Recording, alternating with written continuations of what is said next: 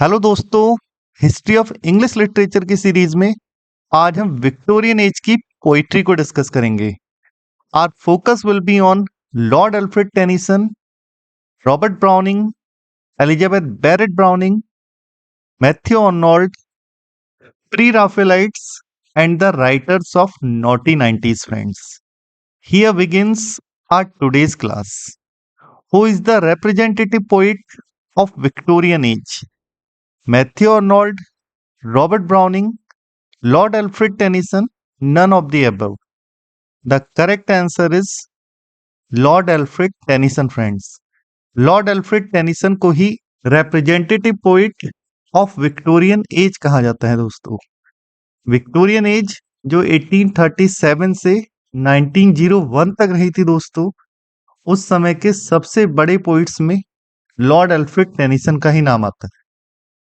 इसीलिए उन्हें इंग्लैंड का पोइट लॉरिएट भी बना दिया गया था after the death of William Wordsworth in the year 1850।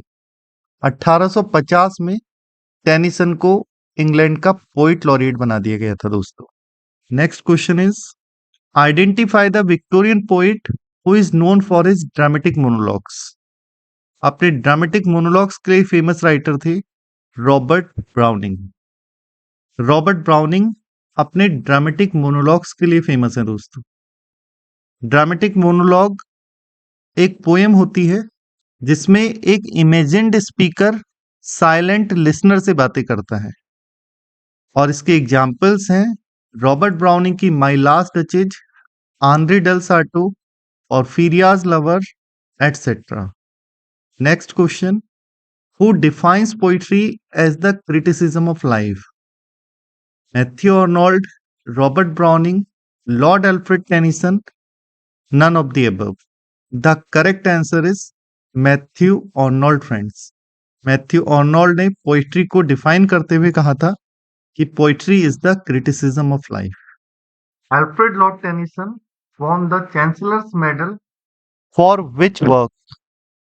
Options are poems by two brothers, Anna Carden and other poems, Maud, a monodrama, Timbuktu. The last one, Timbuktu, is the right answer, friends. Next one, Alfred Lord Tennyson has written an elegy in memoriam on the death of his brother, his friend, his wife, none of the above.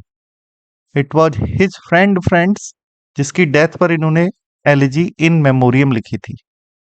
ये उन्होंने अपने दोस्त Arthur Henry हेलम की death पर लिखी थी, और 1850 में होने वाले इनकी लाइफ के 3 बड़े बड़े कामों में एक इन मेमोरियम का पब्लिश होना भी था दोस्तों।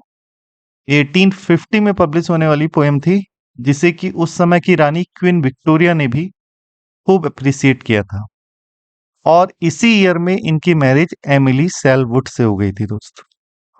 Next question is man for the field and women for the hearth, man for the sword and for the needle she.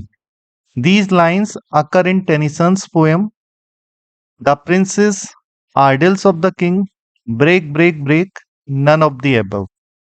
The correct answer is The Princes. The Princes 1847 में आने वाली poem है। इसमें Tennyson लिखते हैं man for the field, आदमी खेत के लिए और औरतें चूल्हे के लिए, आदमी तलवार के लिए और औरतें सुई के लिए।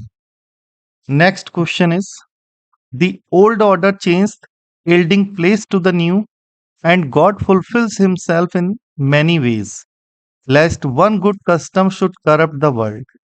These lines are associated with Browning, Arnold, Tennyson, none of the above.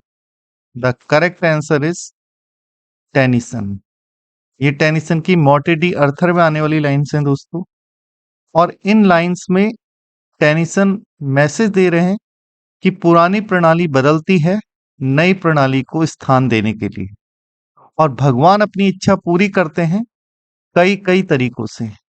वो ऐसा इसलिए करते हैं ताकि एक अच्छा कस्टम भी इस दुनिया को भ्रष्ट ना बना दे। Next question is Which dramatic monologue of Lord Alfred Tennyson contains the following lines? Yet all experience is an arc where through gleams that untraveled world whose margins fades forever and forever when I move. These lines occurs in Tennyson's poem. फिर भी ये सारा अनुभव एक उस छोटी सी खिड़की की तरह है जहां से मुझे ना चले हुए संसार की झलकियां दिखती हैं।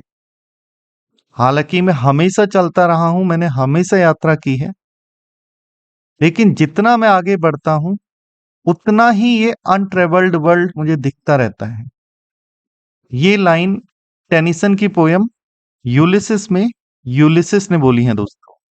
यूलिसिस किंग ऑफ इथाका है और लंबे समय तक इन्होंने यात्राएं की हैं, लेकिन इसके बाद भी इन्हें लगता है कि अभी भी बहुत सारी ऐसी जगह है जहां ट्रेवल करना बाकी है दोस्तों। Next question is, who is the pilot in the following lines of Tennyson's Crossing the Bar? I hope to see my pilot face to face when I have crossed the bar. ये Tennyson की लिखी गई अंतिम poem है जिसमें उन्हें अपनी आने वाली डेथ का प्रीमोनिशन हो रहा है दोस्तों। जिसमें वो लिखते हैं, इस बार को पार करने के बाद मैं आशा करता हूं कि मैं अपने पायलट से मिलूंगा। यहां पर पायलट वर्ड किसके लिए यूज किया गया है? Brother, God, father, Ulysses. The correct answer is God. Next question is, who became an ardent admirer of Tennyson's work, writing in her diary that she was much soothed and pleased by reading in memoriam AHH। कौन Tennyson के work in memoriam की ardent admirer थी जिसने अपनी diary में लिखा उसे बहुत ज्यादा राहत मिली और बहुत खुशी मिली जब उसने इस वर्क को पढ़ा? George fifth, Queen Mary, Queen Victoria, none of the above. Queen Victoria is the right answer, friends. Next question is, which among the following is not a work of Robert Browning? Robert Browning का work इनमें से last वाला यानी कि Sohrab and Rustam नहीं है दोस्तों, क्योंकि ये तो मैथ्यू ऑर्नोल्ड की लिखी हुई एक पोएम है। पॉलिन, पैरासिलस, स्टेफर्ड इनके शुरुआती वर्क हैं जो कि बहुत ज्यादा पॉपुलर नहीं हुए थे दोस्तों। रॉबर्ट ब्राउनिंग पॉपुलर हुए तो एलिजाबेथ बैरेट ब्राउनिंग से मैरिज करने के बाद और ड्रामेटिक मोनोलॉग्स लिखने के बाद, क्योंकि Elizabeth Barrett Browning Robert Browning से भी बड़ी पोइटेस थी दोस्तों। और जब ये इतनी बड़ी पोइटेस को भगाकर इटली ले गए तो इंग्लैंड में हल्ला हो गया और रॉबर्ट ब्राउनिंग फेमस हो गए। एलिजाबेथ बैरेट ब्राउनिंग से मैरिज करने के बाद रॉबर्ट ब्राउनिंग के नसीब में भी परिवर्तन आया और उन्होंने ड्रामेटिक मोनोलॉग्स लिखने शुरू करे और फिर वो भी खूब पॉपुलर हुए दोस्तों। Next question is, what is the name of Robert Browning's wife? Mary Shelley, Emily Shelwood, Elizabeth Barrett Browning, none of the above.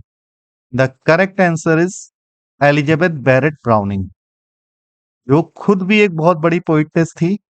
और 1850 में जब विलियम वर्ड्सवर्थ की डेथ हुई और पोइट लॉरिएट चुनने की बारी आई तो उस समय सबसे ज्यादा deserving candidate Elizabeth Barrett Browning ही थी जिन्हें की पोइट लॉरिएट ऑफ इंग्लैंड बनाया जा सकता, लेकिन ऐसा नहीं हुआ दोस्तों। Next question is, name the painter who has made the portrait of the last duchess of the duke of Ferrara? Andrea del Sarto, Fra Pandolf, Paul Adams, none of the above. My last duchess के अंदर आने वाली जो duchess की portrait है उसको किसने बनाया है दोस्तों? द करेक्ट आंसर इज फ्रा पेंडोल्फ। फ्रा पेंडोल्फ ने ही माई लास्ट डचेज के अंदर आने वाली पेंटिंग लास्ट डचेज को बनाने का काम किया है दोस्तों। Next question is, Browning's poetry is full of pessimism, pantheism, optimism, none of the above. The correct answer is optimism. Browning की पोइट्री ऑप्टिमिज्म से भरी हुई है दोस्तों। अपनी पोयम पीपा पासेस में वो लिखते हैं, God is in his heaven, all is right with the world. इसके अलावा रॉबर्ट ब्राउनिंग का लिखा हुआ dramatic monologue the last ride together भी ऑप्टिमिज्म से भरा हुआ है दोस्तों। Next question, identify the work और works of Robert Browning. Bells and pomegranates, men and women, the ring and the book, all the above. All the above is the right answer friends, क्योंकि option में दिए गए तीनों works ही Robert browning के द्वारा लिखे गए हैं। Next question, identify the dramatic monologues of Robert Browning. Fra Lippo Lippi, Andrea del Sarto, the last ride together, all the above. The correct answer again is all the above friends, क्योंकि ये तीनों ही dramatic monologues हैं जिनको Robert Browning ने लिखा है। Browning's men and women consists of 51 poems, all of which are monologues spoken by different narrators, with the 51st one word more, featuring Browning himself as narrator and dedicated to whom. Browning ने man and women नाम का एक work लिखा है दोस्तों, जिसके अंदर 51 poems हैं। शुरू की 50 पोएम्स जो मोनोलॉग्स के फॉर्म में लिखी गई है, उसमें अलग अलग नरेटर हैं, और जो 51st पोएम है, जो 51वीं पोएम है, उसका नाम वन वर्ड मोर है, और उसमें जो नरेटर है वो ब्राउनिंग खुद है, और उन्होंने इस पोएम को डेडिकेट किया है। The correct answer is Elizabeth Barrett Browning. ये पोएम रॉबर्ट ब्राउनिंग ने अपनी पत्नी एलिजाबेथ बैरेट ब्राउनिंग को डेडिकेट की है दोस्तों, और इस कलेक्शन का नाम man and women Elizabeth Barrett Browning के ही work sonnets from the Portuguese से लिया गया है। Next one, identify the work not written by Elizabeth Barrett Browning. Aurora Leigh, sonnet from the Portuguese, cry of the children, टायरसिस। The correct answer is Thyrsis. Thyrsis 1866 में publish होने वाली एक pastoral elegy है दोस्तों, जिसको कि मैथ्यू अर्नोल्ड के द्वारा उनके दोस्त आर्थर ह्यू क्लॉ की डेथ पर लिखा गया था। Next one, the pre Raphaelite brotherhood came into existence in which year? 1838, 1848, 1858, none of the above. The correct answer is 1848 friends. 1848 में प्री राफेलाइट ब्रदरहुड फॉर्म किया गया था दोस्तों। इसके अंदर आने वाले चीफ पोइट्स थे दांते गैब्रियल रोसेटी, क्रिस्टीना रोसेटी जो इनकी बहन थी, and Algernon Charles Swinburne etcetera. Next one, The Blessed Damozel is a work of the pre-Raphaelite poet. The correct answer is D.G. Rossetti. D.G. Rossetti का लिखा हुआ work है The Blessed Damozel. Next one, Goblin Market and Other Poems is a work of the pre-Raphaelite poet. ये D.G. Rossetti की sister का work है दोस्तों, जिसका नाम था Christina Rossetti. Next question is, who accused the pre-Raphaelite poets as the flashy school of poetry? Flashy school of poetry pre-Raphaelites को Robert Buchanan ने कहा था दोस्तों। Option C will be the right one. Next one, identify the work not written by Matthew Arnold. Origin of species, Dover Beach, the scholar gipsy, Empedocles on Etna. The correct answer is origin of species friends. Origin of species Charles Darwin का लिखा हुआ work है दोस्तों, और ये work 1859 में आया था, और इसने इंग्लिश लिटरेचर और इंग्लिश वेज ऑफ लाइफ में भयंकर परिवर्तन लाने का काम किया था दोस्तों। Next question is, the Oxford movement was a movement of high church members of the church of England which begin in which year? Oxford movement 1830s में आया था दोस्तों, और इससे ही मिलता जुलता मूवमेंट जो कैम्ब्रिज मूवमेंट था वो 1960s में आया था दोस्तों। अब 1830s में आने वाले ऑक्सफोर्ड मूवमेंट या फिर ट्रैक्टेरियन मूवमेंट के अंदर आने वाले बड़े पोइट्स के नाम जान लेते हैं। They are John Henry Newman, John Keble, Edward Pusey. The Cambridge movement began in which year? The correct answer is 1960s, और इसके अंदर आने वाले बड़े बड़े राइटर्स थे I A Richards, F R Leavis and William Empson friends. इन सभी राइटर्स को हम मॉडर्न एज में कवर करेंगे दोस्तों। Next question is the naughty 90s is the name given to the last decade of which century? 18th century, 19th century, 20th century, none of the above. The correct answer is 19th century friends. 1890s वाले decade को ही naughty 90s कहा जाता है क्योंकि इस समय के poets ने विक्टोरियन एज के आइडियल्स को मानने से इनकार कर दिया था और वो आर्ट फॉर लाइफ सेक के बिल्कुल खिलाफ खड़े हो गए थे।